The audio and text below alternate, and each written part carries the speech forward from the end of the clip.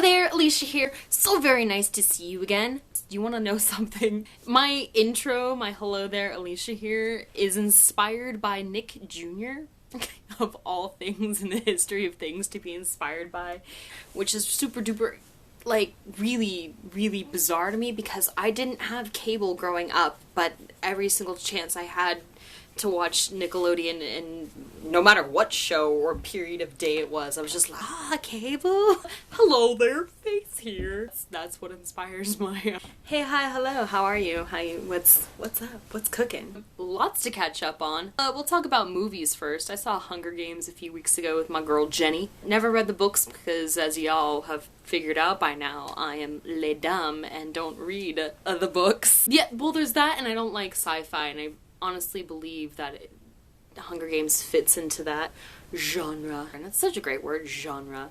Thanks, third grade, for teaching me a cool word. But yeah, Hunger Games. Backwards, off, like side. We'll talk about Hunger Games. It was a good movie. The hype was just a little too crazy for me, personally. But I want to see the second one, so it left me wanting more. Well, I've been thinking about being Elle Macpherson in Kill Bill. I say this every year for Halloween, but I think this year I might want to be the crazy, you know, purple lip lady, or like one of the people from the town. I can't remember names other than like the super duper main characters. It's like what, Katniss and PETA and the other dude. And that's all that really matters, right? Oh, you all are gonna beat me up on that, but whatevs. Well, I went to San Diego like about a month ago to see my aunt, and I had a really great time there.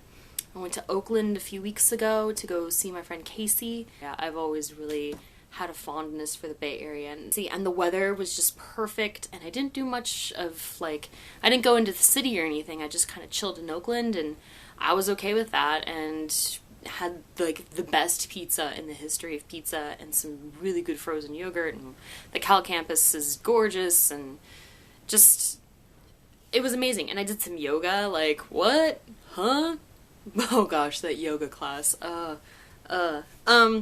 There was also Valentine's Day a few months ago. Y'all know I'm like super duper crazy about Valentine's Day. And the only thing, I'm pretty sure, I took the day off. I don't remember what else I did other than I got frozen yogurt. And that was like my big... Oh, and like I handmade cards for mom and dad, and I got all crazy into it. Like I was working on cards for like 4 hours or something ridiculous like that. But they turned out really good, and mom and dad really appreciated them. And then I had a birthday like a few months ago, and that was super cool.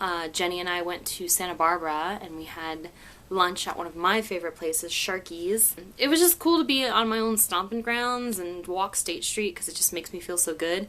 And then I tried to find the Crush Cakes bakery, which was around the corner from where I like worked for like 2-3 years. Yeah, I couldn't figure out, and I just felt so lost. I was like, no, this isn't happening right now. This is not happening. I swear I know my way.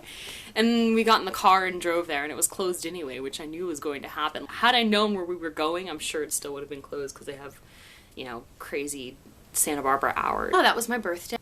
Work is just so tough right now. I'm going through like this crazy quarter-life crisis thing. A lot of it's, you know, catapulted by the goings-on of work, and it's so hard. It's like, who am I, and what am I doing, and what do I want out of life in general? And work, fortunately or unfortunately, depending on how you want to look at it, feeds into that. So I've been walking around just like super stressed and super weighed down. I realized like literally 2 days ago that there's no use and no sense in being so negative about it, because it's a situation I can change.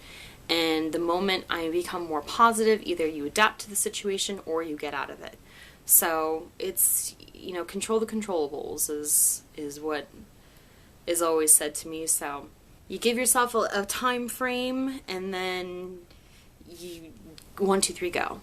Tomorrow is Cinco de Mayo. I hope you have a really fantastic one. Ole! So you are mucho awesomeo. I am sort of mucho awesomeo in my gringo speak. Till next time.